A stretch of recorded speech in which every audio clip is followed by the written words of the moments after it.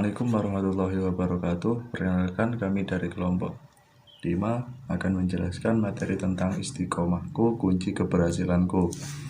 Pertama-tama, pengertian istiqomah. Istiqomah menurut bahasa adalah pendirian yang teguh atas jalan yang lurus. Sedangkan menurut istilah, istiqomah adalah bentuk kualitas batin yang melahirkan sikap konsisten dan teguh pendirian untuk menegakkan dan membentuk sesuatu menuju pada kesempurnaan atau kondisi yang lebih baik. Istiqomah berarti berpendirian teguh atas jalan yang lurus, berpegang pada akidah Islam, dan melaksanakan syariat dengan teguh, tidak berubah dan berpaling dalam keadaan apapun. Dari pengertian ini dapat dirumuskan unsur-unsur utama istiqomah, yakni 1. Berpegang pada akidah yang benar, akidah ahli sunnah wal jamaah. 2. Melaksanakan tuntutan syariat Islam berpadukan Al-Quran dan hadis Rasul. Nomor 3. Mempunyai prinsip dan keyakinan yang tidak berubah atau goyah. Nomor 4. Tidak terpengaruh dengan dakwah dan godaan hawa nafsu syaitan. Nomor 5. Tidak tunduk pada tekanan demi melaksanakan tanggung jawab dan mempertahankan kebenaran. Begitu pentingnya istiqomah sampai Nabi Muhammad berpesan kepada seorang seperti dalam hadis berikut, yang artinya dari Abu Sufyan bin Abdillah radhiyallahu anhu berkata, "Aku telah berkata, wahai Rasulullah, katakanlah kepadaku pesan dalam Islam sehingga aku tidak perlu berkata pada orang lain selain engkau." Nabi menjawab, "Katakanlah, aku telah beriman kepada Allah, kemudian beristiqomahlah." Orang yang istiqomah selalu kokoh dalam akidah dan tidak goyang keimanan bersama dalam tantangan hidupnya. Sekalipun dihadapkan pada tantangan hidup, ibadah tidak ikut redup, kantong kering atau tebal, tetap memperhatikan halal haram. Dicaci, dipuji, sujud pantang berhenti. Sekalipun ia memiliki fasilitas, ia tidak tergoda melakukan kemaksiatan. Ada 3 tahap istiqomah yang perlu berlaku serentak, yaitu istiqomah hati, istiqomah lisan, istiqomah perbuatan. Ada beberapa kiat-kiat istiqomah yang bisa membuat seseorang tetap teguh dalam keimanan, yaitu sebagai berikut. Nomor 1. Memahami dan mengamalkan 2 kalimat syahadat dengan baik dan benar.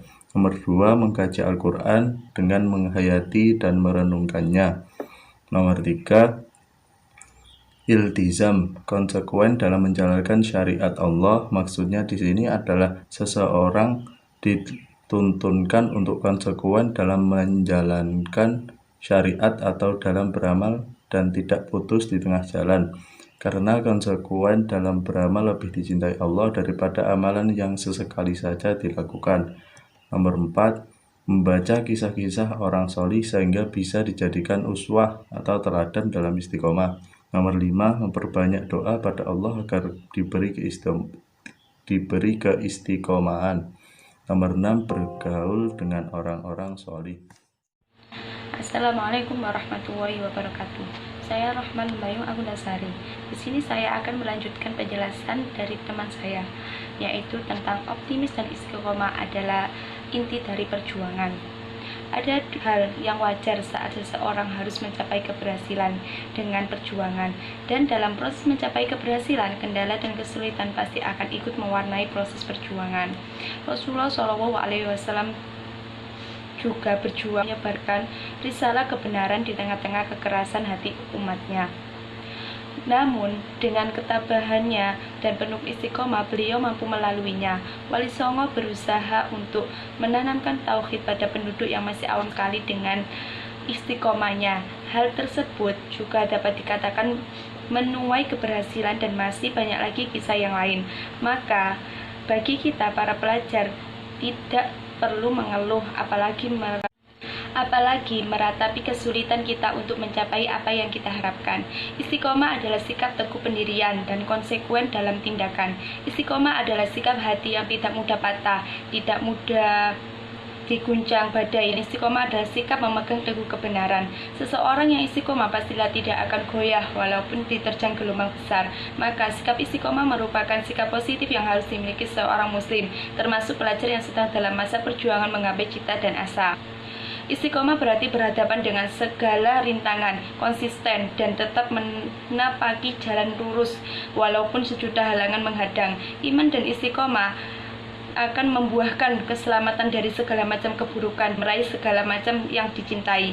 Orang yang istiqomah juga akan dianugerahi kekokohan dan kemenangan dan kesuksesan memerangi hawa nafsu.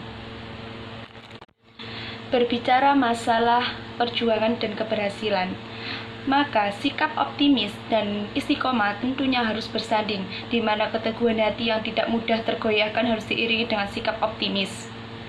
Akan keberhasilan sebagai pelajar, hendaknya ia bersikap optimis dan istiqomah, juga akan dianugerahi kekokohan dan kemenangan, serta kesuksesan melakukan kewajiban-kewajibannya. Sebagai pelajar, kita hendaknya bersikap optimis dan istiqomah dalam menuntut ilmu, melakukan kewajiban-kewajibannya, menjalankan perintahnya, dan menjauhi larangannya. Assalamualaikum warahmatullahi wabarakatuh. Di sini saya akan menjelaskan kandungan surat Al-Lahab dan An-Nasr tentang istiqomah dalam berdakwah. Yang pertama yaitu kandungan surat Al-Lahab. Surat Al-Lahab sendiri mengandung atau berisi kutukan atau ancaman Allah kepada Abu Lahab dan istrinya yang sangat sengit menyakiti Rasulullah SAW dalam menyebarkan agama Islam. Surat Al-Lahab sendiri mengandung berita Abu Lahab akan merugi, binasa, dan celaka. Itu pun akan benar-benar terjadi, bahkan ia akan mati dalam kondisi mengenaskan. Surat ini juga mengandung berita bahwa harta dan anak Abu Lahab tidak akan bisa menolongnya. Surat Al-Lahab sendiri selain memberitakan kebinasaan Abu Lahab, juga memberitakan kehinaan istri Abu Lahab yang suka menghina Rasulullah SAW dalam menentang dakwah Rasulullah. Istri Abu Lahab yang seharusnya dikalungi dengan perhiasan indah justru akan dikalungi tali dari sabut atau tali dari besi neraka, karena ia menfitnah atau menjelek-jelekan Nabi Muhammad dalam menyebarkan agama Islam. Surat Al-Lahab sendiri merupakan salah satu mukjizat dari Nabi Muhammad, bahwasanya Abu Lahab tidak akan masuk Islam baik secara zahir maupun batin. Maka keduanya akan benar-benar menjadi orang yang binasa dan celaka, seperti yang sudah ditegaskan dalam surat Al-Lahab ini. Sehingga kita dapat mengambil kesimpulan bahwasanya Allah memperingatkan kepada kita bahwa kekufuran, siksaan dari kekufuran itu akan terjadi pada semua orang, termasuk ke keluarga dekat Nabi Muhammad pun. Dengan ini menunjukkan bahwa ajaran Islam tidak memiliki hubungan dengan keluarga Nabi Muhammad SAW. Agama Islam pun murni dari Tuhan Yang Maha Esa, sehingga Tuhan bisa berbuat sesukanya, karena memang Dialah yang maha tinggi dan memiliki kekuasaan atas semua semesta. Seperti kisah Abu Lahab yang sudah dijelaskan dalam surat Al-Lahab ini. Walau dia merupakan paman Nabi Muhammad, dia tidak masuk Islam. Dan walau Nabi Muhammad adalah keponakan dari Abu Lahab, Nabi Muhammad pun tidak bisa menolongnya dari siksaan Tuhan Yang Maha Esa. Itulah kandungan surat Al-Lahab. Yang kedua yaitu kandungan surat An-Nasr. Surat An-Nasr sendiri berisi tentang kabar gembira atas pertolongan Allah kepada Rasulullah SAW dan umatnya tentang penaklukan kota Mekah tanpa pertempuran bersimbah darah, atau yang kita kenal dengan peristiwa Fathu Mekah. Yang kedua yaitu memberi kabar gembira atas berbondong-bondongnya kaum Makkah yang sebelumnya kafir akan berbondong-bondong masuk agama Islam. Dan yang ketiga yaitu kitab Al-Quran menjadikan pedoman hidup di kala itu. Dalam hal ini kita diingatkan bahwasanya perjuangan awal Nabi Muhammad sebagaimana dijelaskan dalam surat Quran surat Al-Lahab, dan akhir perjuangan beliau adalah peristiwa Fathu Mekah ini. Sungguh peristiwa ini menjadi pelajaran yang sangat berharga bagi kita semua, agar supaya kita tidak cepat putus asa dalam memperjuangkan sesuatu hal. Yakinlah bahwa Allah akan memberikan jalan keluar dan kemenangan jika kita senantiasa beristiqomah dalam kebenaran dan dalam menyampaikan sebuah kebenaran.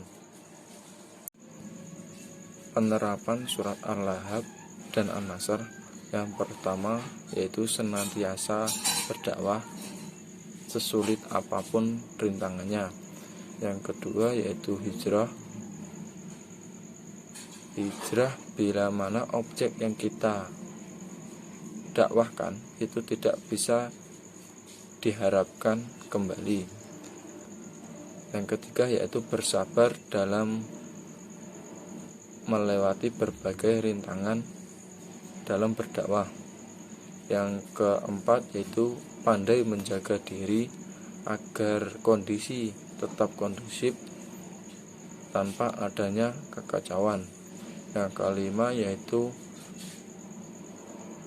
memiliki sikap berkorban dalam membela Islam. Sekian, itulah penjelasan tentang kandungan surat Al-Lahab dan penerapannya.